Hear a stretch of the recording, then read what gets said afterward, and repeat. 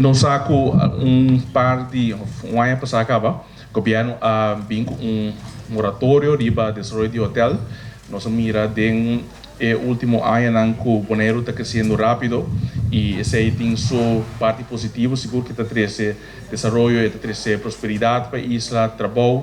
Pero nós estamos também que nós chegando num ponto agora que nós começamos a guiar desenvolvimento aí mais. Nós vamos que vai mais de forma que está vai não estruturar seguir bem numa, nós começamos a guiar desenvolvimento e pensei nós sabemos que vem com sort de moratório riba desenvolvimento de hotel lá.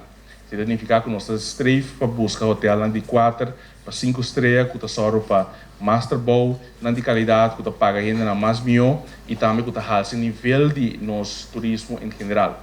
Então, esse é nosso enfoque, nós ponemos também como ponto nang nós sabemos com lista de critérios que o hotel não se cumpre com assim nós por de verdade garantizar com nada de 4 para 5 estrelas.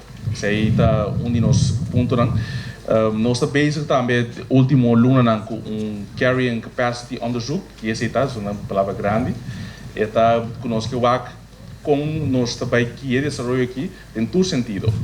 Tem a quantidade de gente que está tentando, que está imigrando para vir na Bonaire, está crescendo rápido. Tem também diferentes aspectos, tem construção também está bem no duro, tem turismo mesmo também em geral está bem no duro. E pensamos que de nossa comunidade mesmo com nós também desenvolvimento aqui. Nós assim para uma enquesta, para uma parte na adrenta acaba e você mira que tem comunidade tem a preocupação tocante ao desenvolvimento, quando não bisa mestre começa a guiar que é desenvolvimento aqui.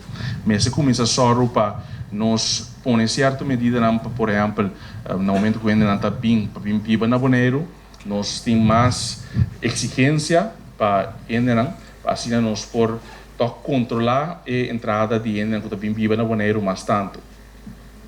Vamos dizer também a parte de desenvolvimento em geral de construção, de turismo. Também está um ponto que é bem claramente adiante, caminho da bisa nos que mais e mais para nos guide e desenvolvimento aqui na desenvolvimento de qualidade e não todo tipo de turismo mais.